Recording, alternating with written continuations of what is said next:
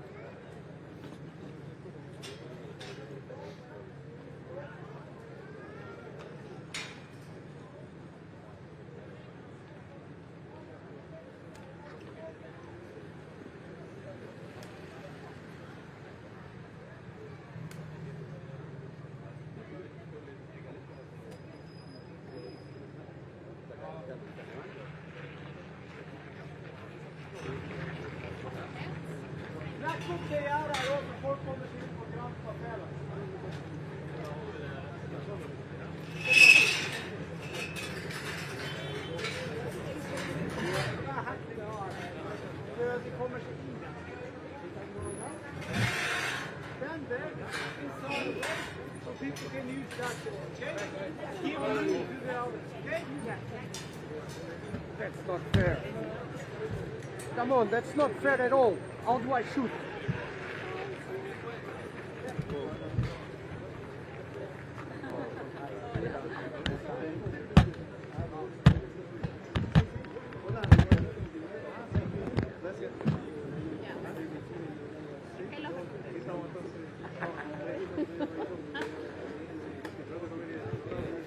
Ay, mira, mamá surfista.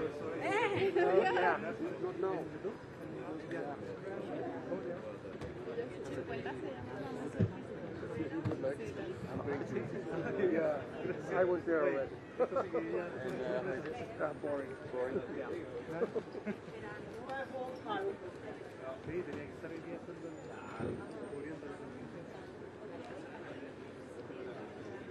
Hola. ¿Salen ya o qué? Ya se fue. Ya se fue. Salieron por otro lado. Todos salen por otro lado porque se van en auto Salen por... por el parking. Me rompió el corazón. ¿De Paraguay? No, de Ecuador. Ese todavía no lo vi, pero creo que también sale por el costado. Sí, por acá en la vuelta. Pasó por atrás. Estábamos esperando a Nos la jugaron. Pero bueno, ahora quizás cuando regrese. ¿Cómo para bien? En una hora tarda la ceremonia.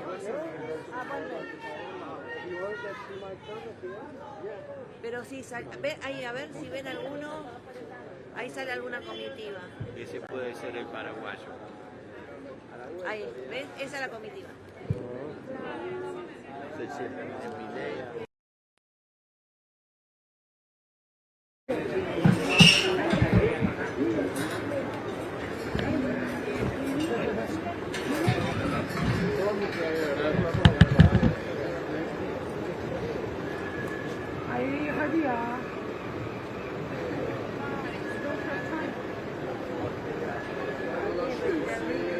¿A quién están esperando?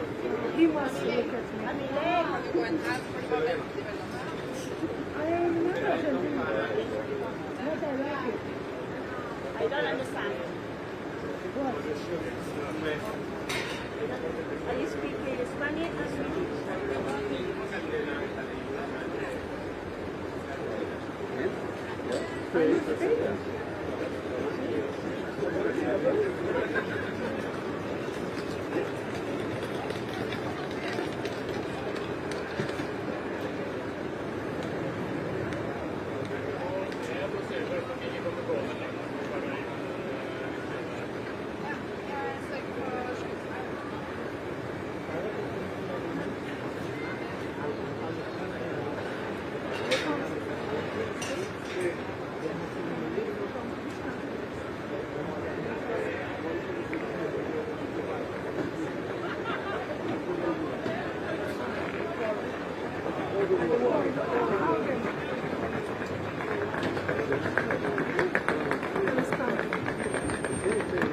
No, en realidad, when open the two doors, it's incoming.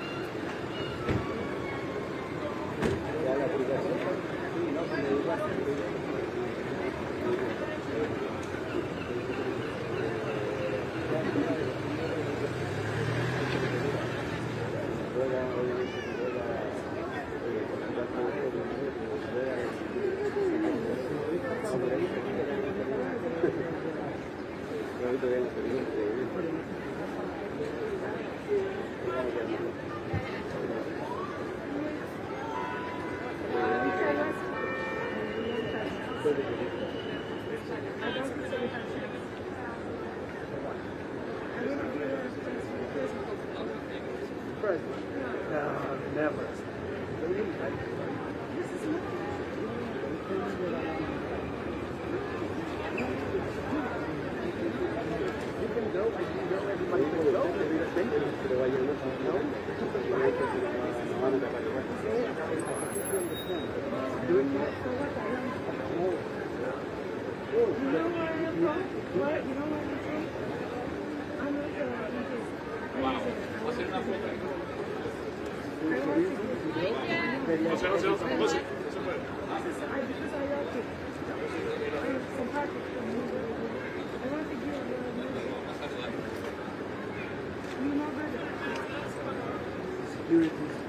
Never let go.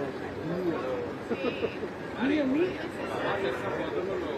De Ecuador que están aquí. De Ecuador.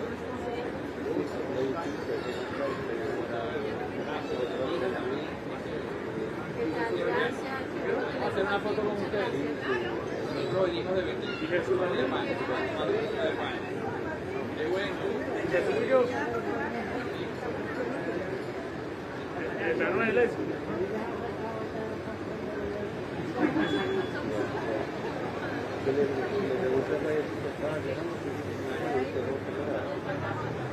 observando.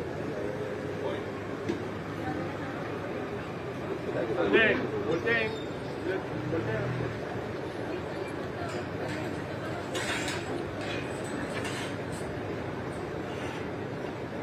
Listo. Qué bueno. Muchas gracias. Hermano, ¿así quedó?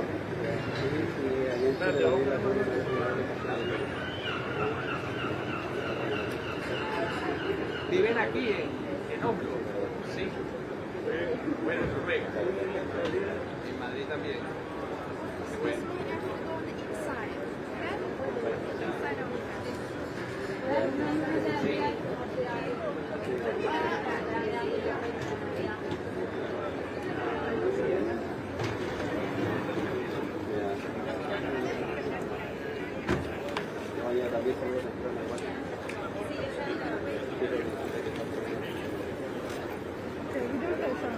Bueno, después te voy a contar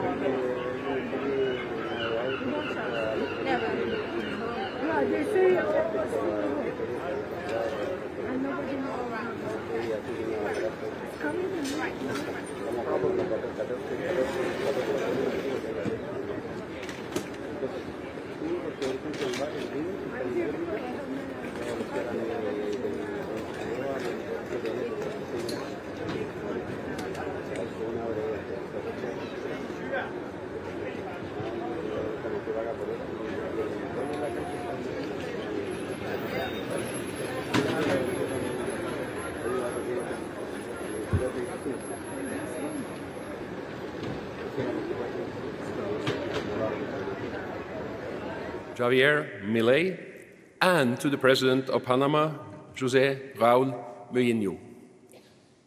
It's also my pleasure to welcome Ellen Johnson Sirleaf, the Nobel Peace Prize laureate of 2011. Ms. Machado is regrettably unable to attend today's ceremony. Her daughter, Ana Corina Sosa, will represent her mother, accept the Nobel Peace Prize on her behalf, and deliver her Nobel lecture. The ceremony will begin shortly. I kindly ask you to ensure that your mobile phones are silenced. And when the ceremony concludes, I ask that you remain at your seats until the royal family has left the hall. I wish you all a meaningful and memorable experience here in this historic room on this historic occasion. Thank you very much.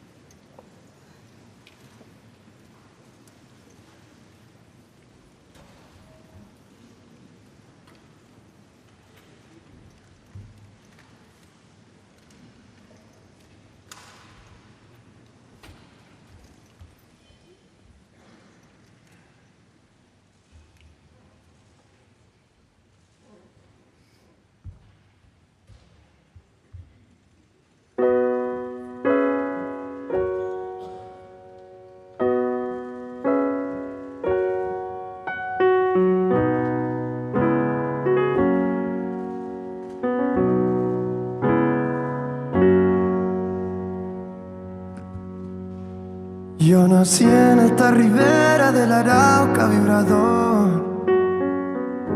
Soy hermano de la espuma, de la garza y de las rosas. Soy hermano de la espuma, de la garza y de las rosas y del sol.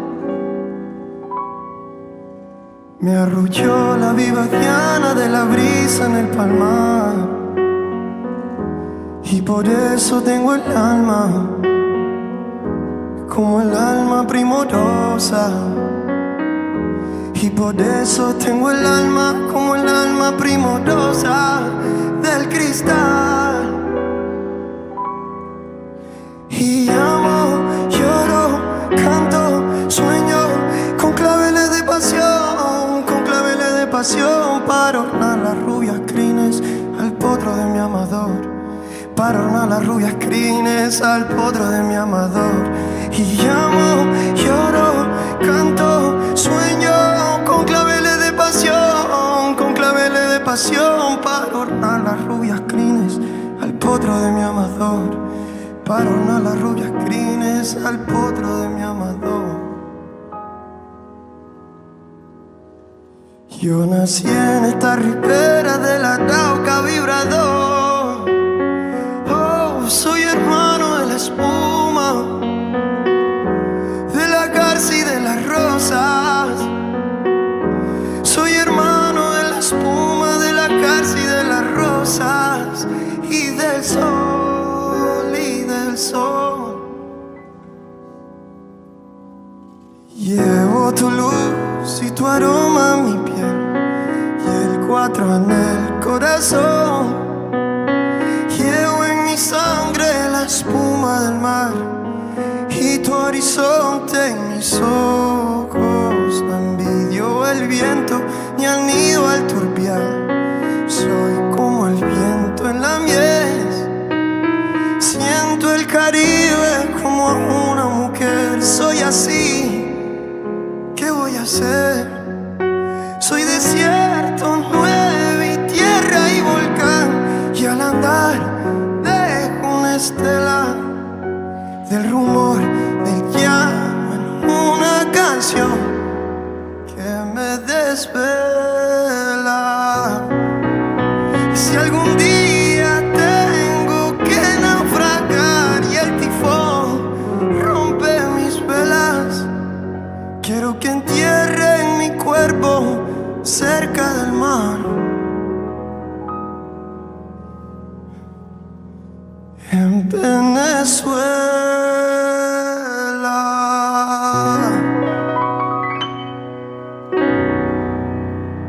Thank you very much. Muchísimas gracias. Thank you.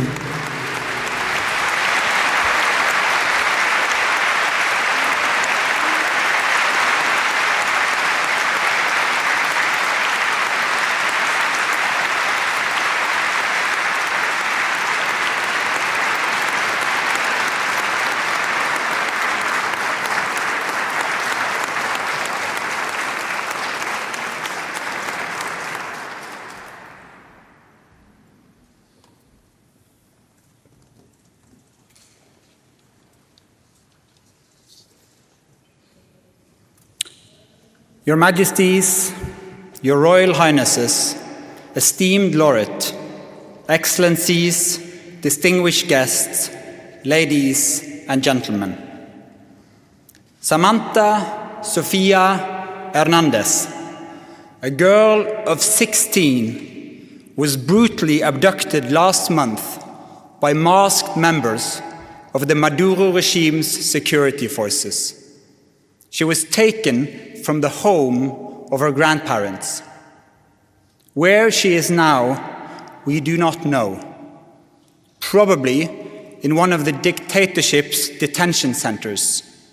She may be with her father, who disappeared without a trace in January. What had they done wrong? Her brother was a soldier, but refused to follow the regime's order to commit brutal acts against the population. For that offense, the entire family must be punished. Juan Requesens is ordered to turn slowly towards the camera. The video showing him standing with a dazed look, as if in a fog, wearing underwear stained with excrement. He had supposedly confessed to planning a coup, but of course, there was no proof. The day before his arrest, Juan had stood before the National Assembly. He gave a speech in which he repeated one key sentence, a promise to his country and to himself: I refuse to give up. Alfredo Diaz, an opposition leader and former mayor, was pulled from a bus last November and thrown into the depths of El Coide, Latin America's largest torture center. One more political prisoner in a long line of others. This week came the news of his death. Another life gone, another victim of the regime. These stories are not unique. This is Venezuela today.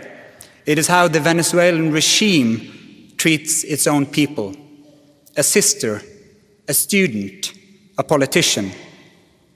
Anyone who still believes in stating the truth out loud may disappear violently into a system built specifically to eradicate this belief. Samantha, Juan, and Alfredo were not extremists. They were ordinary Venezuelans dreaming of freedom, democracy, and rights. For this, their lives were stolen from them. Under this regime, children are not spared. More than 200 children were arrested after the elections in 2024. The United Nations documented their experience as follows: plastic bags pulled tight over their heads, electric shocks to the genitals, blows to the body so brutal it hurt to breathe, sexualized violence, cells so cold as to cause intense shivering, foul drinking water teeming with insects, screams that no one came to stop. One child lay in the dark, whispering his mother's name over and over, in the hope she would not believe he was dead.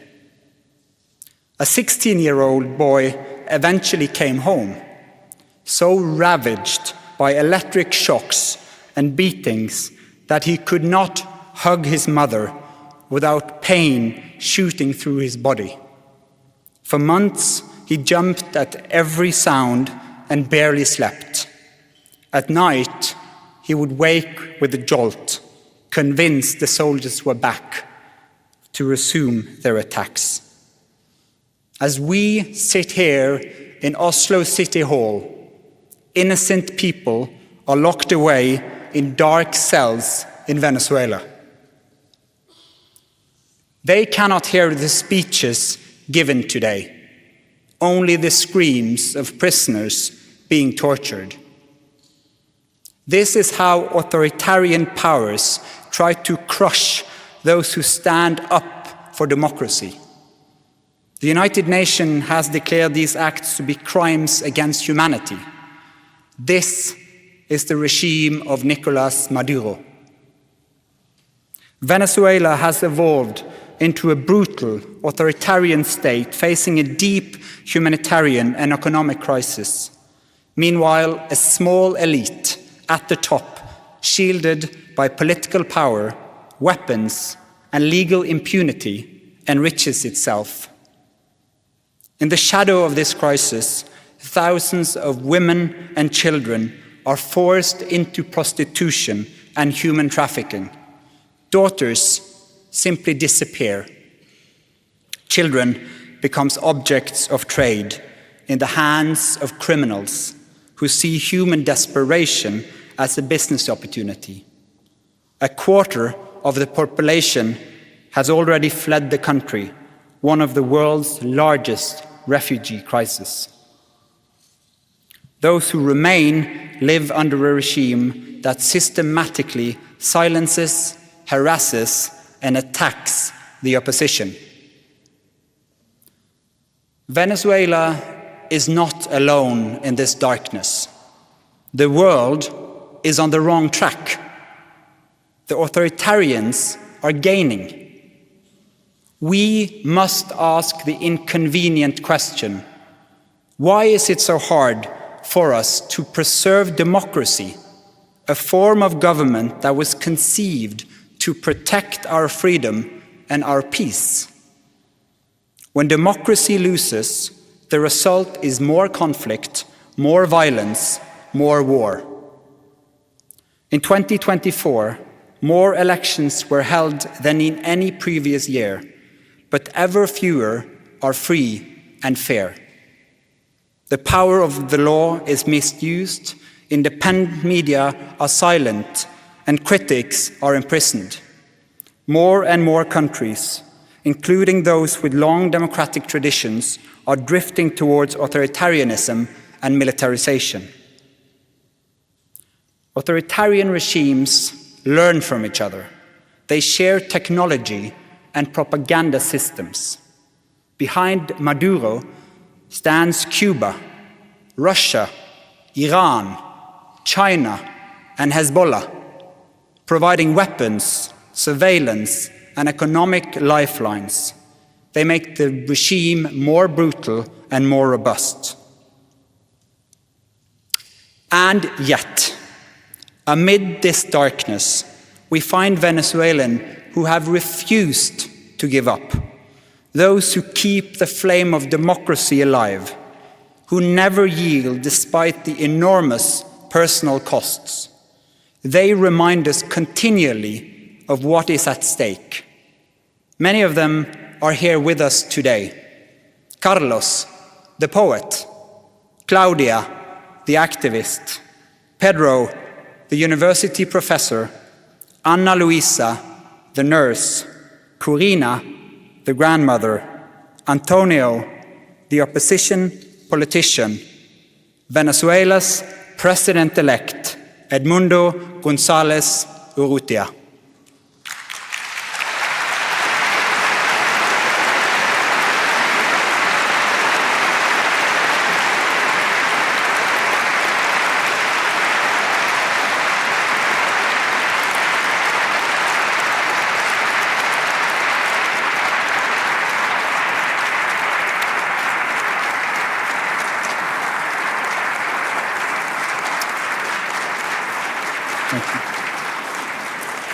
The Nobel Peace Prize laureate, Maria Corina Machado, has done everything in her power to be able to attend the ceremony here today. A journey in a situation of extreme danger. Although she will not be able to reach this ceremony and today's events, we are profoundly happy to confirm that she is safe and that she will be with us here in Oslo.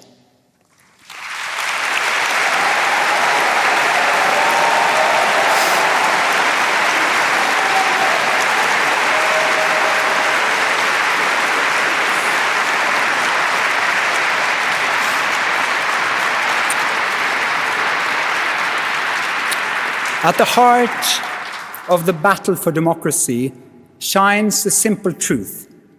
Democracy is more than a form of government. It is also the basis for lasting peace. Millions of Venezuelans know this. Year after year, students, trade unions, journalists, business groups, and ordinary citizens have mobilized in waves of resistance. They have filled the streets in protest. When their votes were taken away, they banged pots and pans. When state surveillance is inescapable, they whisper. People across the political spectrum, from communists to conservatives, have risen to challenge the regime. The opposition has tried one strategy after another. Through it all, they have said, "We strive not for revenge, but for justice, for the sanctity of the ballot box, for democracy, and for peace." But they are told, in reply, that those things are impossible, that they will fail. And when the Venezuelans asked the world to pay attention, we turned away. As they lost their rights, their food, their health and safety, and eventually their own futures, much of the world stuck to old narratives. Some insisted Venezuela was an ideal egalitarian society. Others wanted only to see a struggle against imperialism. Still others choose to interpret Venezuelan reality as little more than a contest between superpowers, overlooking the bravery of those who seek freedom in their own country. What all these observers have in common is this: the moral betrayal of those who actually live under this brutal regime. If you only support people who share your political views, you have understood neither freedom nor democracy. Yet many critics stop there. They see local democratic forces cooperating by necessity with actors they dislike and use that to justify withholding support. This put ideological conviction ahead of human solidarity. How should we regard those who use all their energy finding fault with the hard choices that brave defenders of democracy have had to make, instead of recognizing their courage and their sacrifice, or asking how we too can help fight dictatorships? It is easy to stand on principle when someone else's freedom is at stake. But no democracy movement operates in ideal circumstances. Activist leaders must confront and resolve dilemmas that we onlookers are free to ignore. People living under dictatorship often have to choose between the difficult and the impossible. Yet many from us, from a safe distance, expect Venezuela's democratic leadership to pursue their aims with a moral purity their opponents never display. This is unrealistic, this is unfair, and it shows ignorance of history. Many who have stood at this podium to receive the Nobel Peace Prize, including Lech Walesa and Nelson Mandela, knew well the dilemmas of dialogue. In authoritarian systems, dialogue can lead to improvement, but it can also be a trap. Dialogue is often used to buy time, create division, and control the agenda. Maria Corina Machado has participated in dialogue processes for years. She's never rejected the principle of talking to the other side, but she's dismissed empty processes. Peace without justice is not peace. Dialogue without truth is not reconciliation. Venezuela's future can take many forms, but the present is one thing only. It is horrific. That is why the democratic opposition in Venezuela must have our support, not our indifference or worse, condemnation. Every day, its leaders must choose a path that is in fact open to them, not the path of wishful thinking. Support for democratic development is support for peace. But since the announcement of this year's Nobel Peace Prize, the question has been posed: does democracy really lead to peace? The research findings are crystal clear, and the answer is yes. Not because democracy is perfect, but because the mechanisms of democracy make war less likely. Democracies are equipped with safety valves, free media, power-sharing structures, independent courts, civil society organizations, and elections that make it possible to change leadership without violence. In this political environment, differing options are not a threat to be put down, but an advantage. In a democracy, a leader who ignores facts can be replaced in the next election. In an authoritarian regime, the leader stays in power and replaces all who tell uncomfortable truths. Loyalty takes the place of reality, and dangerous decisions are taken in the dark. War is always costly, but in authoritarian regimes, it is not the leaders who pay the highest price. This is why democracy almost never go to war with each other, as authoritarian states are more prone to do. Nicolas Maduro's rule in Venezuela shows why. Conflicts are resolved with brute force, not negotiation. The result is a society where millions are forced into silence, with consequences that do not stop at the border. Instability, violence, and systematic destruction of the country's institutions have affected the entire region, and a neighboring country has been threatened with military invasion. Venezuela demonstrates with painful clarity that authoritarian rule both destroys a society from within and spreads instability abroad. Democracy is obviously no guarantee of peace, but it is the most effective system we have to prevent violence and conflict. This line of reasoning often prompts a well-known counter-argument, that democracy itself causes unrest and conflict, that demanding freedom is dangerous. This is an old claim. Authoritarian leaders have used it for generations to defend their positions of power. Today, they supercharge the argument with disinformation and propaganda, two of their essential weapons. Ladies and gentlemen, as citizens of a democracy, we have a duty to be critical of information sources.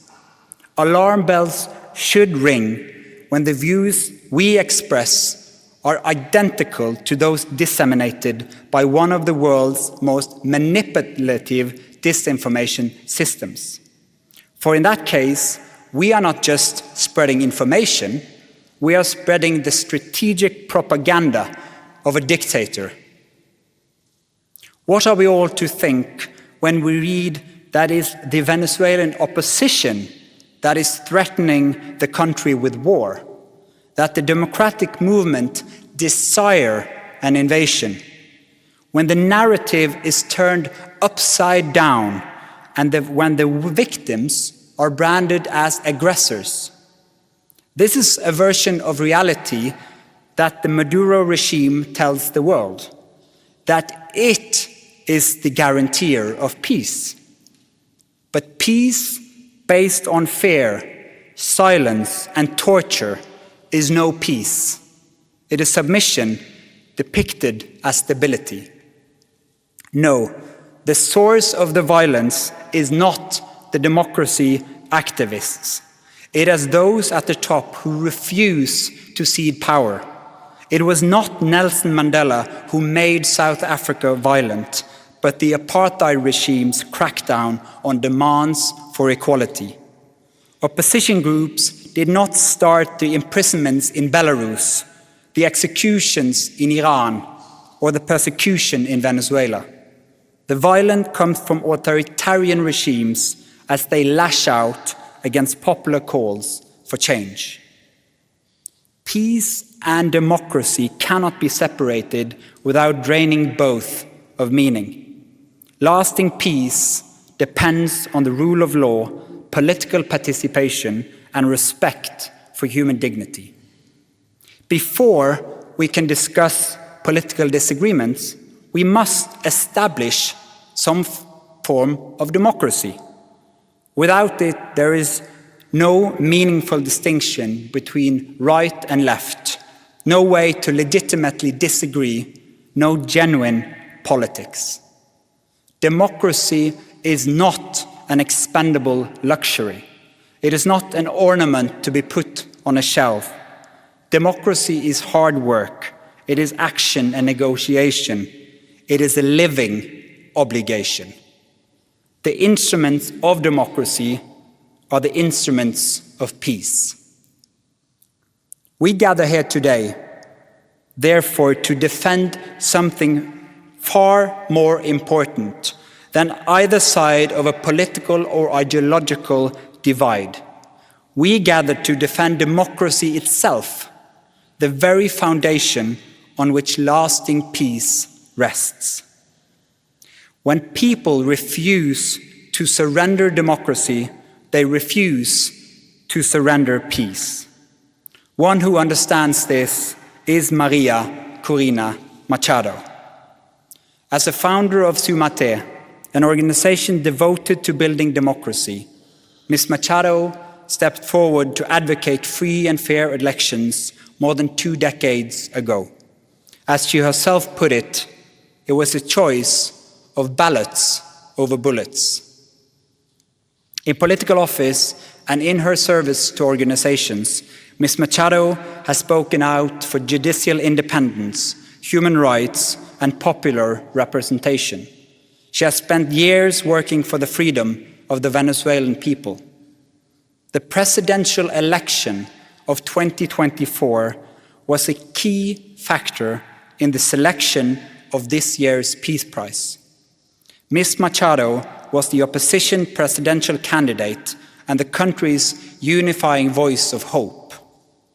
When the regime blocked her candidacy, the movement might have collapsed, but through her support behind Edmundo González Urrutia and the opposition stayed together. The opposition found common ground in the demand for free elections and representative government. This is the very foundation of democracy, our shared willingness to defend the principle of popular rule, even if you disagree on policy. At a time when democracy is under threat around the world, it is more important than ever to defend this common ground. Hundreds of thousands of volunteers mobilized across political divides. They were trained as election observers and used technology in new ways to document each step of the election. Up to 1 million people stood watch over polling stations around the country. They uploaded vote tallies, photographed records, and secured copies before the regime could destroy them. They defended this documentation with their lives, then made sure the world learned the result of the election. This was grassroots mobilization, unlike any that Venezuelan and probably the world had ever seen. Ordinary citizens from all walks of life carrying out systematic, high-tech documentary work in an atmosphere of threats, surveillance, and violence. The efforts of this democracy movement, both before and after the election, were innovative and brave, peaceful and democratic. The opposition received international support when its leaders publicized the vote counts that were collected from the country's election districts, showing that the opposition had won by a clear margin. But the regime denied it all. It falsified the election result and came to power violently. For the past year, Ms. Machado has had to live in hiding. Despite serious threats, she has remained in the country, and inspiration to millions. She is receiving the Nobel Peace Prize for 2025 for her tireless work promoting democratic rights of the people of Venezuela and for her struggle to achieve a peaceful and just transition from dictatorship to democracy. For a long, long time, the opposition in Venezuela has relied on democracy's toolbox to wage its peaceful civilian campaign. Over the years, Ms. Machado and her allies have had to adapt and change tactics. They have applied almost every democratic tool, from election boycotts when the system was too rotten, to participation when small openings in the process made it possible. They've tried dialogue, organization, mobilization, and extensive election documentation. Ms. Machado has appealed for international attention, support, and pressure, not for an invasion of Venezuela. She has urged people to stand up for their rights using peaceful, democratic means. Peace research shows it clearly. Widespread, non-violent mobilization is among the most effective methods of achieving political change in a dictatorship. When a population mobilizes and the international community exerts strong pressure and the security forces refrain from using violence against the population, a tipping point may arrive. As the leader of the democratic movement in Venezuela, Maria Corina Machado is one of the most extraordinary examples of civilian courage in recent Latin American history. This year's Nobel Peace Prize fulfills all three criteria stated in Alfred Nobel's will. First, the Venezuelan opposition has united political movements, civil organizations, and ordinary citizens in a pursuit of one goal: the restoration of democracy, pulling together diverse groups that previously opposed one another is the modern equivalent of what Alfred Nobel called holding peace congresses. Second, Venezuela's democracy movement has opposed the regime's militarization of society. The regime has armed thousands of groups, authorized paramilitary bands to commit abuses, and invited foreign military forces into the country, thereby accelerating the militarization. By documenting abuses and demanding accountability, the opposition seeks to strengthen civilian democratic authority and roll back the influence of weapons.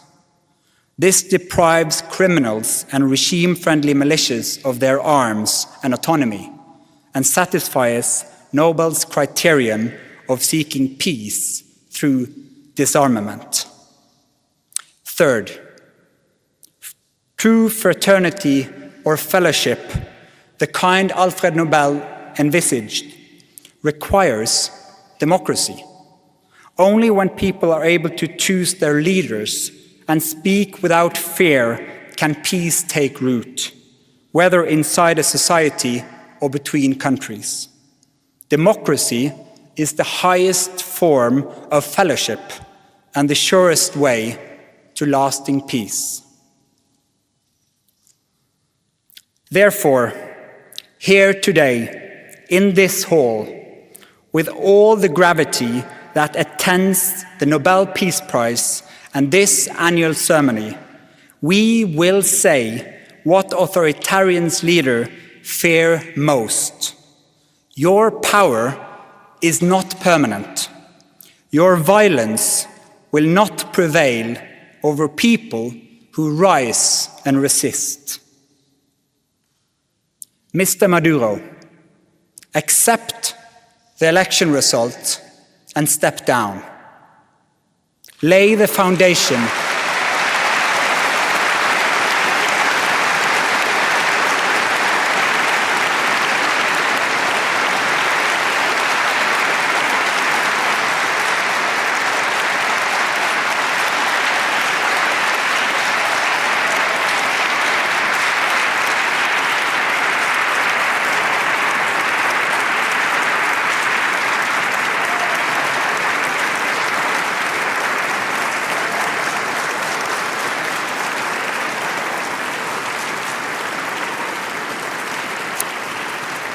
lay the foundation for a peaceful transition to democracy, because that is the will of the Venezuelan people. Maria Corina Machado and the Venezuelan opposition have lit a flame that no torture, no lie, and no fear can extinguish.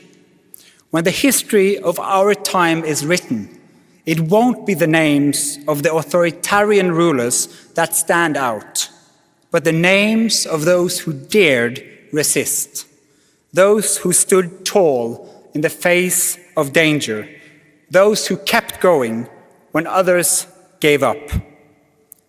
Karl von Ossietzky, Andrei Sakharov, Nelson Mandela. In its long history, the Norwegian Nobel Committee has honored brave women and men who have stood up against repression, who have carried the hope of freedom in prison cells, in the streets, and in public squares, and shown by these actions that resistance can change the world. Today, we honor Maria Corina Machado. We pay tribute as well to all who wait in the dark, all who have been arrested and tortured or disappeared, all who continue to hope, all those in Caracas and other cities of Venezuela who are forced to whisper the language of freedom. May they hear us now. May they realize that the world is not turning away, that freedom is drawing closer, and that Venezuela will become peaceful and democratic. Let a new age dawn. Thank you.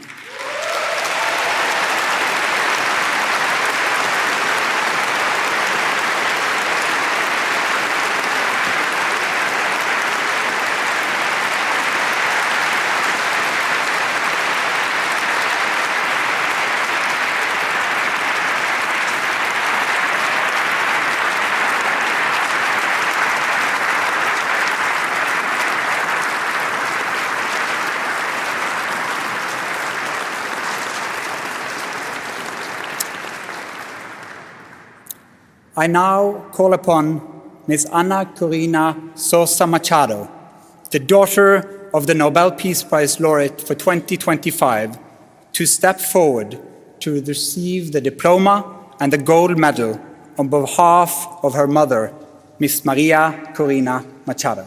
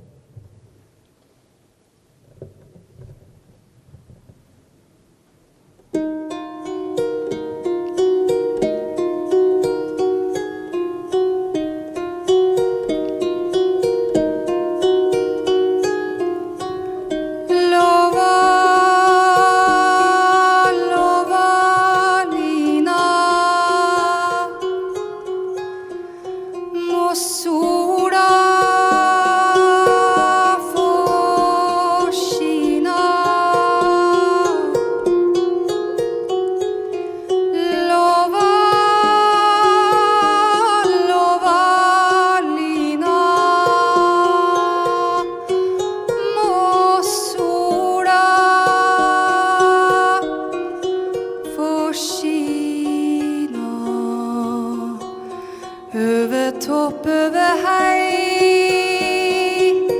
övergitt arvei. Lova, lova lina,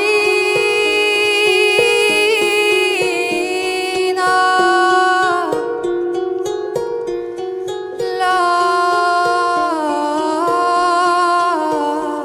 sola får skina.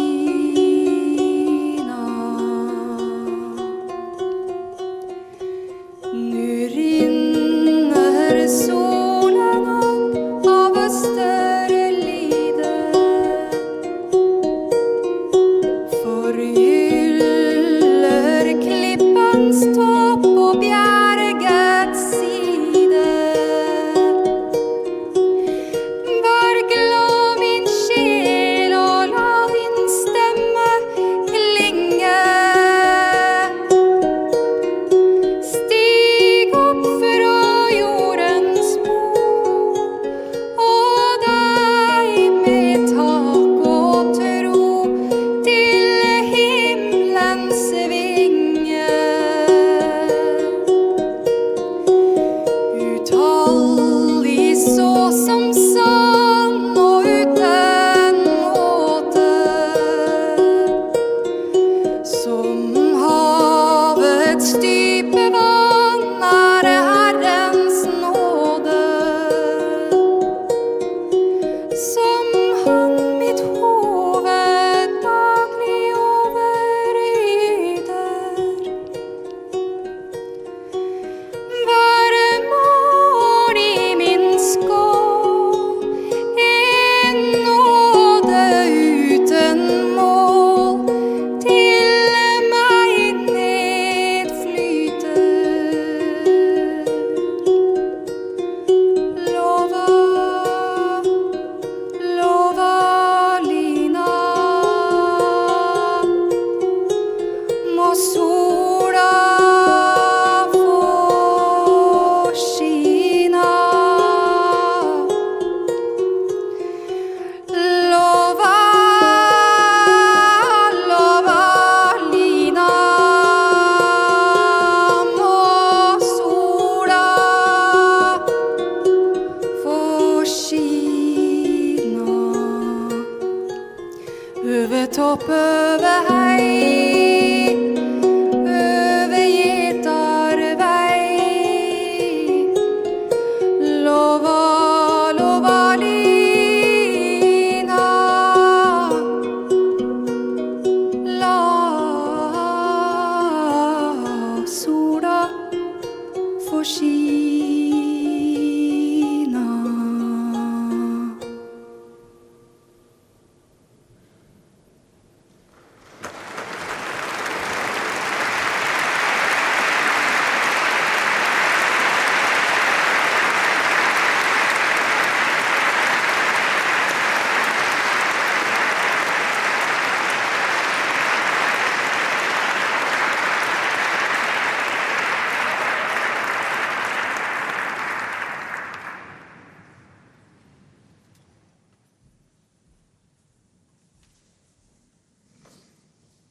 I now call upon Ms. Ana Corina Sosa Machado, the daughter of the Nobel Peace Prize laureate, Ms. Maria Corina Machado, to deliver the Nobel Peace Prize lecture for 2025.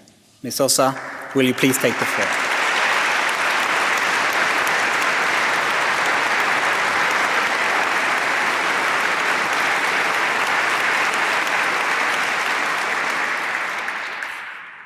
Your Majesties, Your Royal Highnesses, distinguished members of the Norwegian Nobel Committee, citizens of the world, my dear Venezuelans. First, I want to express our infinite gratitude from my family, from an entire country, to the Norwegian Nobel Committee. Thanks to you, the struggle of an entire people for truth, for freedom, for democracy and peace is today recognized around the world. I am here on behalf of my mother, Maria Corina Machado, who has united millions of Venezuelans in an extraordinary effort that you, our hosts, have honored with the Nobel Peace Prize.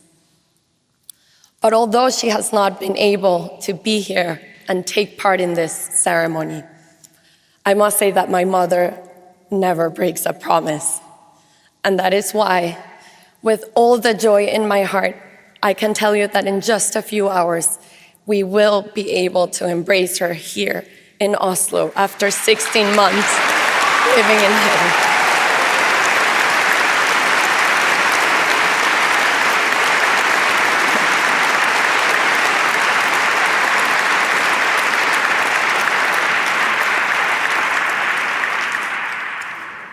And as I await that moment to hug her, to kiss her, to embrace her after 2 years, I think of the other daughters and sons who do not get to see their mothers today. This is what drives her, what drives all of us. She wants to live in a free Venezuela, and she will never give up on that purpose. That is why we all know, and I know, that she will be back in Venezuela very soon.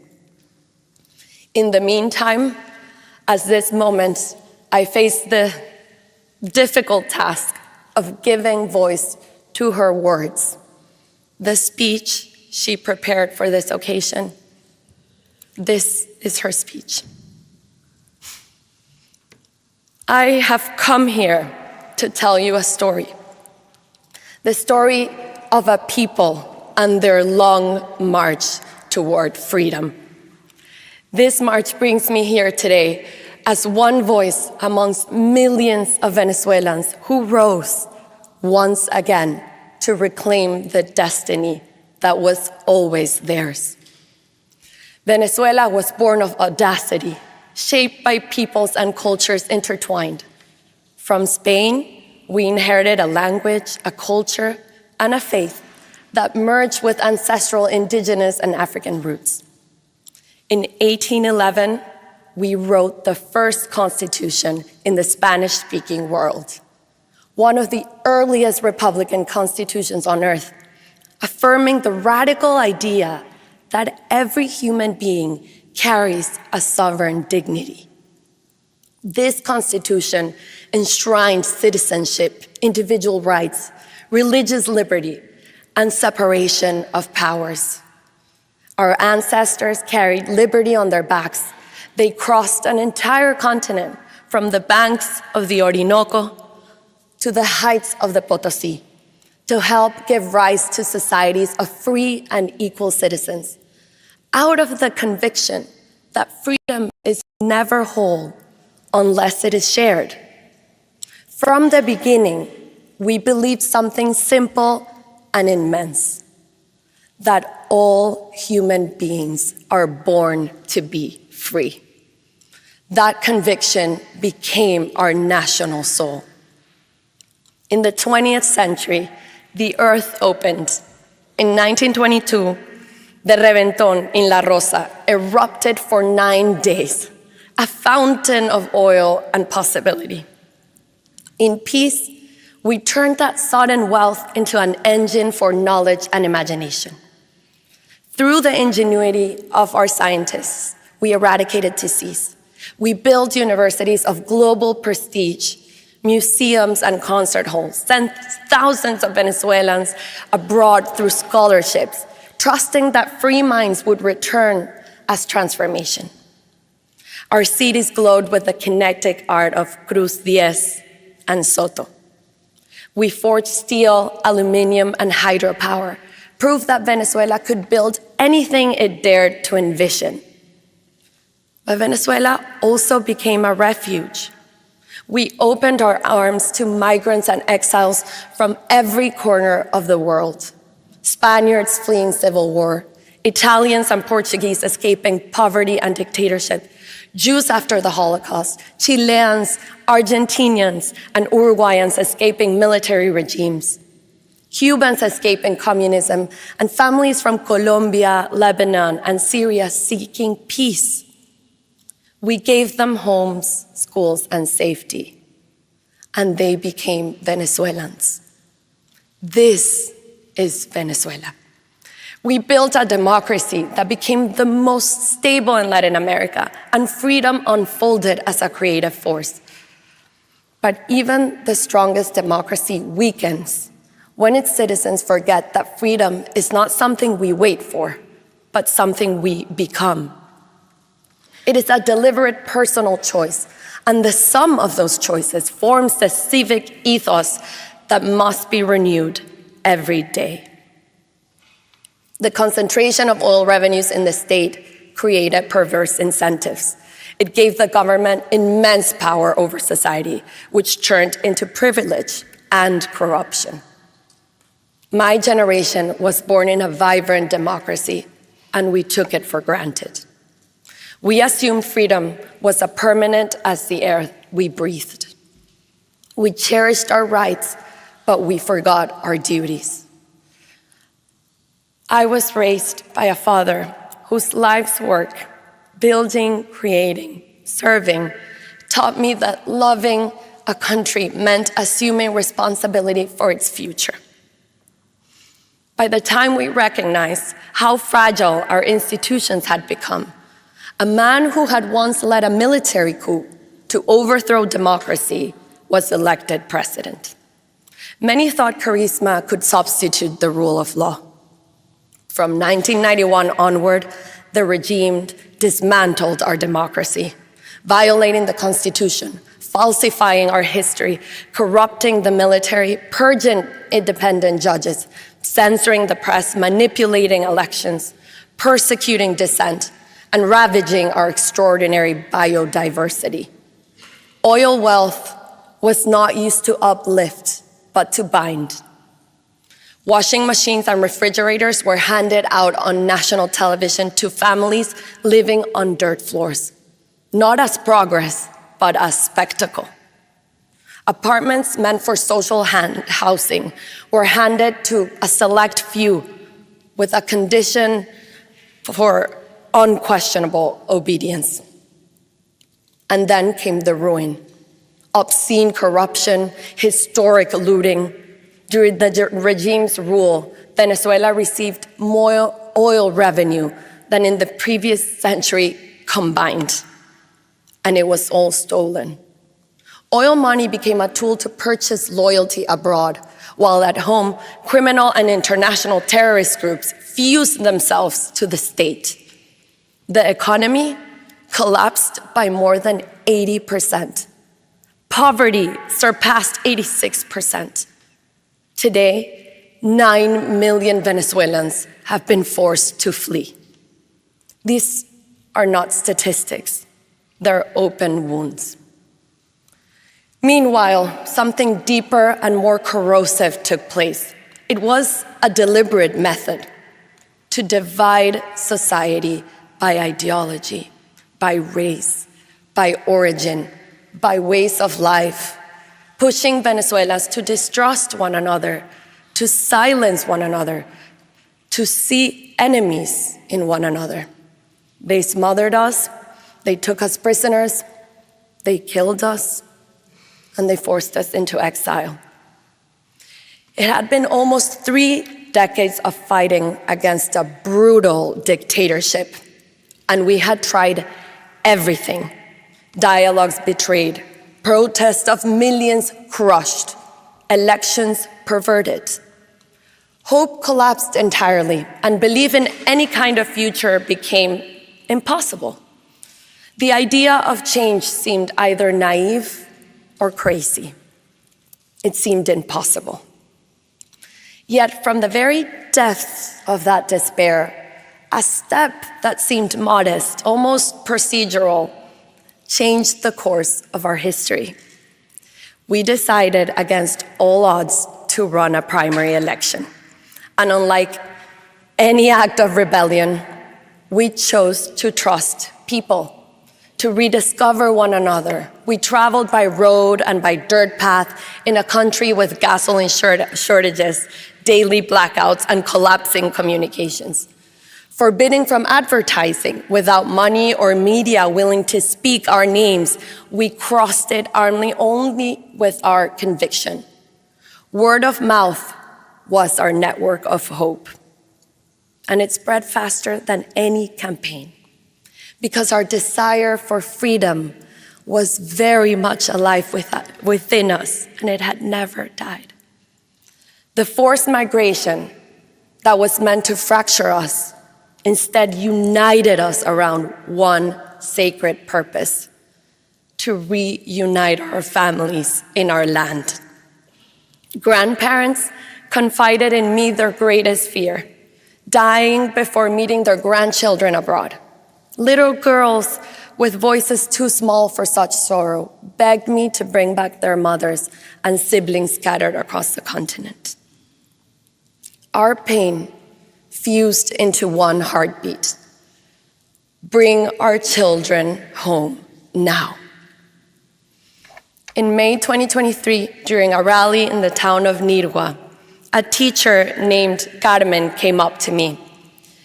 She told me she had just run into her jefa de calle. A jefa de calle is a regime agent assigned to Carmen's block who decides, house by house, who receives a monthly food bag and who is punished with hunger. Shocked to see this woman there in that rally, Carmen asked her, "Why are you here?" And the jefa de calle replied, "My only son, who fled to Peru, asked me to be here today. He told me that if Maria Corina wins, he will return home. Tell me what I have to do. I'll do anything." That day, love defeated fear. 2 weeks later, we reached Delicias, a tiny village swallowed by Colombian guerrillas and drug traffickers, where not even a chicken can be sold without their permission. No candidate had gone there since 1978. And as the team climbed the mountain, I saw Venezuelan flags waving from every humble home. I naively asked, as if it was a national holiday that merited all the flags, and someone whispered, "No, here the flags are hidden. Bringing it out is dangerous." Today, people raise them to thank you for daring to come. You will leave, but we will remain identified.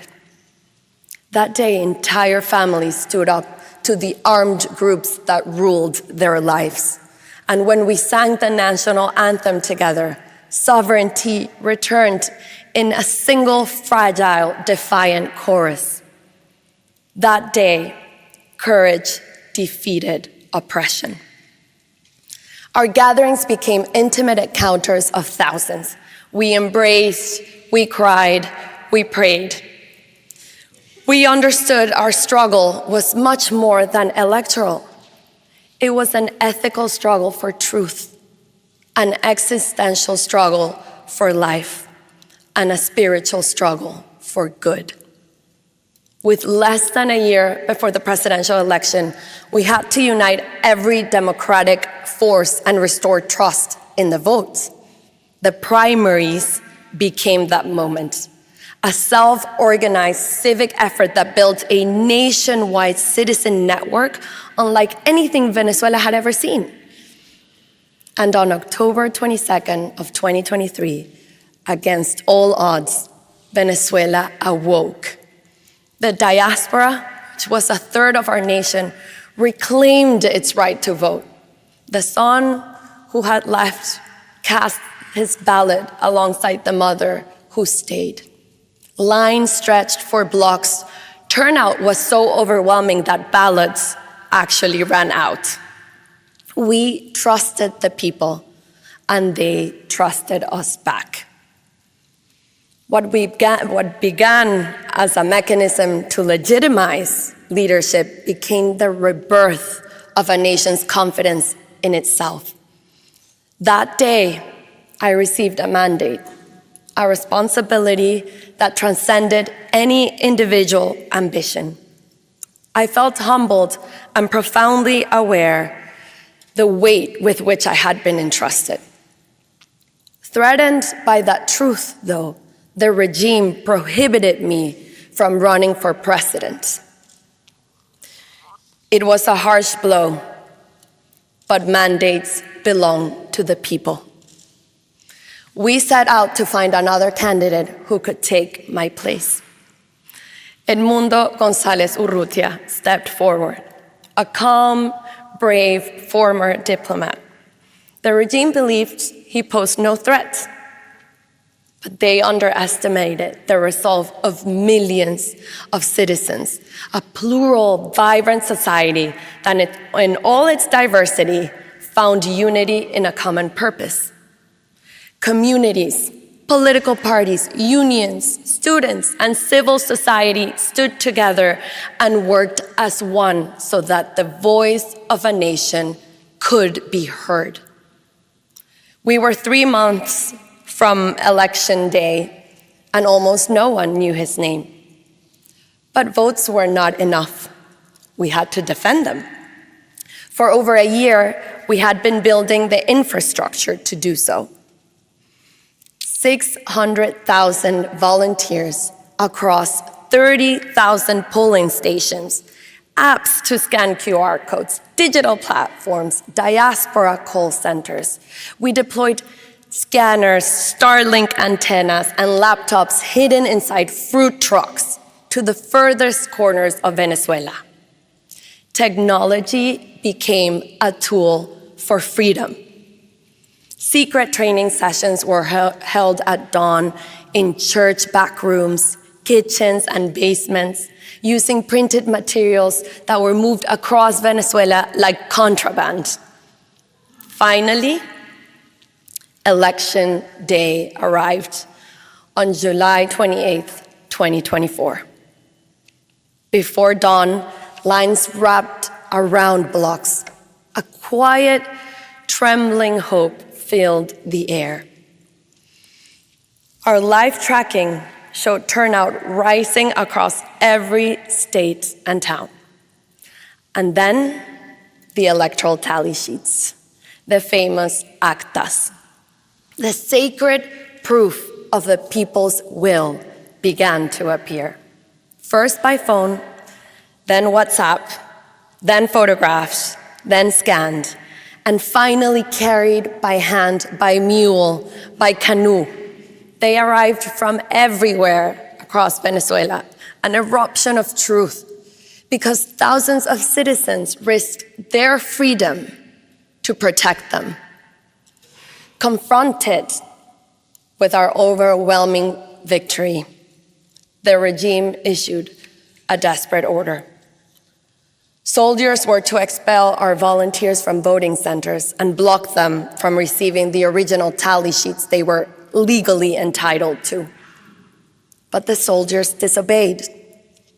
Edmundo González Urrutia won with 67% of the vote in every state, city, and village.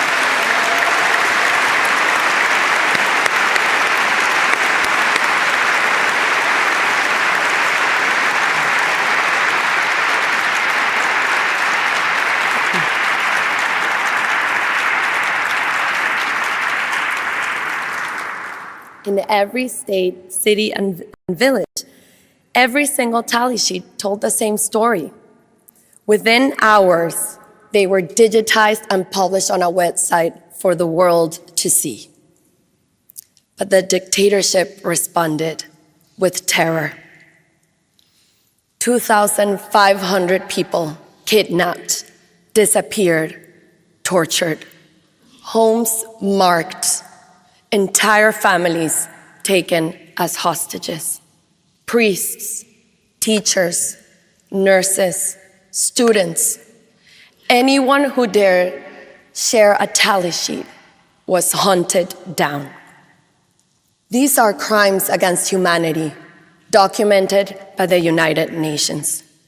State terrorism deployed to bury the will of the people. Some of the more than 220 children detained after the elections were electrocuted, beaten, and suffocated until they repeated the lie the regime needed, falsely incriminating themselves of being paid by me to protest. Women and girls in prison are right now being forced into sexual slavery, made to endure abuse in exchange for a family visit, a meal, or the chance to take a bath. And yet, the Venezuelan people did not surrender. During the past 16 months in clandestinity, we have built new networks of civic pressure and disciplined disobedience, preparing for Venezuela's orderly transition to democracy. That is how we reach this day, a day carrying the echo of millions who stand at the threshold of freedom. This prize carries profound meaning. It reminds the world that democracy is essential to peace. And more than anything, what we Venezuelans can offer the world is the lesson forged through this long and difficult journey, that to have democracy, we must be willing to fight for freedom. And freedom is a choice that must be renewed every day, measured by our willingness and our courage to defend it. For this reason, the cause of Venezuela transcends our borders. A people who choose freedom to contribute not only to themselves, but to humanity. We attain freedom only when we refuse to turn our backs on ourselves, when we confront the truth directly, no matter how painful, when love for what truly matters in life gives us the strength to persevere and to prevail. Only through that inner alignment, that vital integrity, do we rise to meet our destiny. Only then do we become who we truly are, able to live a life worthy of being lived. Along this march to freedom, we gain profound certainties of the soul, truths that have given our lives a deeper meaning and prepared us to build a great future in peace. Therefore, peace is ultimately an act of love. This love has already set our future in motion. Venezuela will breathe again.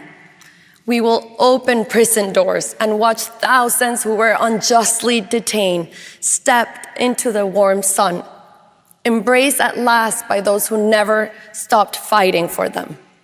We will see grandmothers settle children on their laps to tell them stories not of distant forefathers, but of their own parents' courage. We will see our students debate ideas passionately and without fear, their voices rising freely at last. We will hug again, fall in love again, hear our streets fill with laughter and music again, and all the simple joys in the world that we have taken for granted will be ours. My dear Venezuelans, the world has marveled at what we have achieved. And soon it will witness one of the most moving sights of our time, our loved ones coming home. And I will stand again on the Simón Bolívar Bridge where I once cried the thousands who were leaving and welcome them back into the luminous life that awaits us. Because in the end, our journey towards freedom has always lived inside us. We are returning to ourselves. We are returning home. Allow me to honor the heroes of this journey.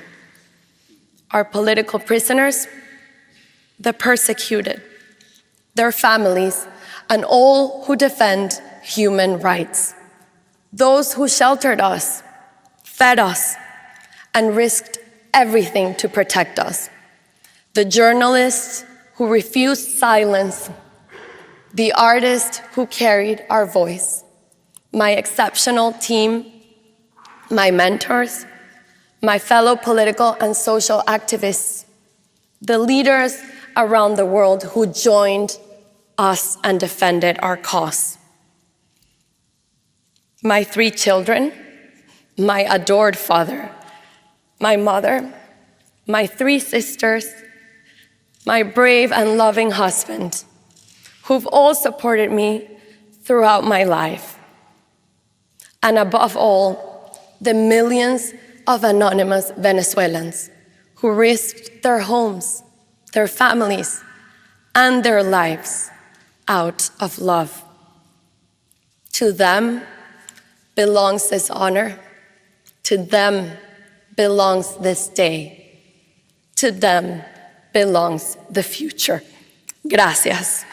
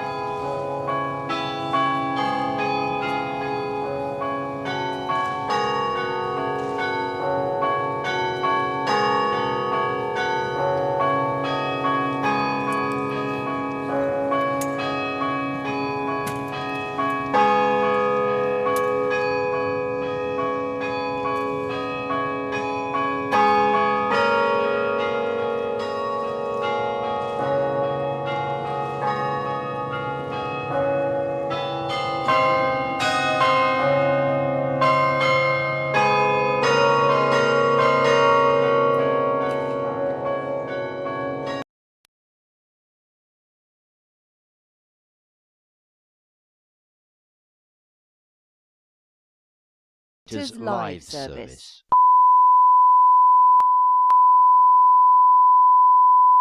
This is the primary audio circuit for the Reuters live service.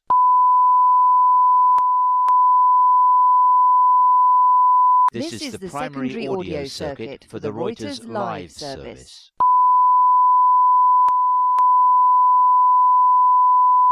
This is the primary audio circuit for the Reuters live service.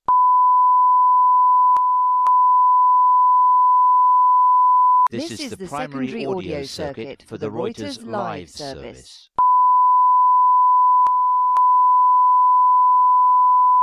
This is the primary audio circuit for the Reuters live service.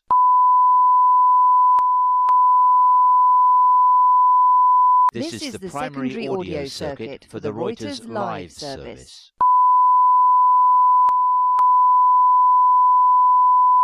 This is the primary audio circuit for the Reuters live service.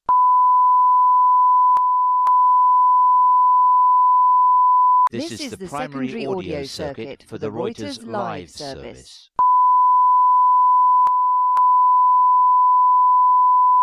This is the primary audio circuit for the Reuters live service.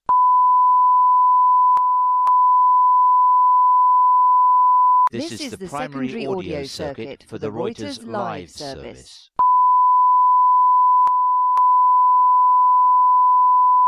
This is the primary audio circuit for the Reuters live service.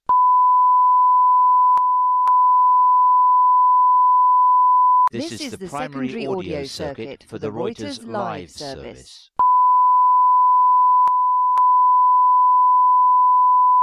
This is the primary audio circuit for the Reuters live service.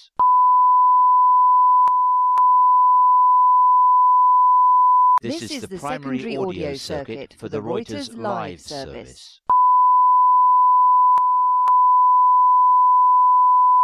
This is the primary audio circuit for the Reuters live service.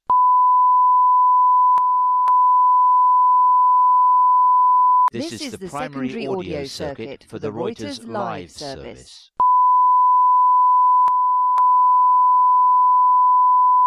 This is the primary audio circuit for the Reuters live service.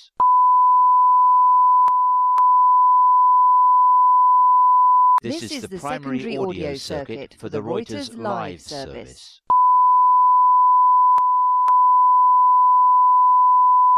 This is the primary audio circuit for the Reuters live service.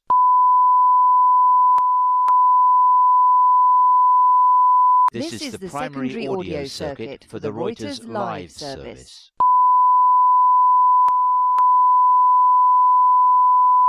This is the primary audio circuit for the Reuters live service.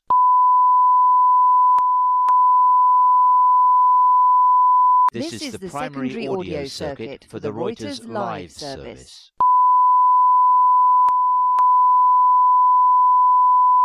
This is the primary audio circuit for the Reuters live service.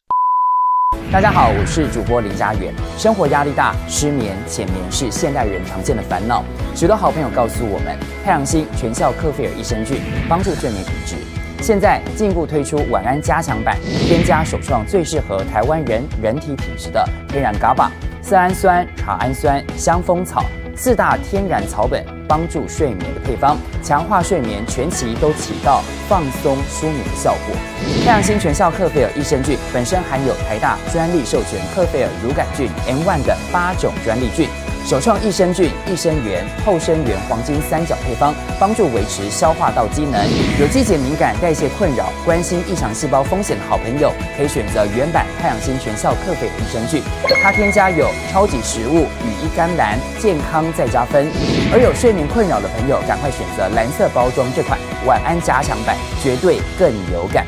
选择太阳星全效克菲尔益生菌，做好日常保养，实现睡眠自由，身体轻松无负担。每日克菲尔，时刻美好 ，Good Feel Good。请上快点购为健康下单，输入推荐码有额外折扣。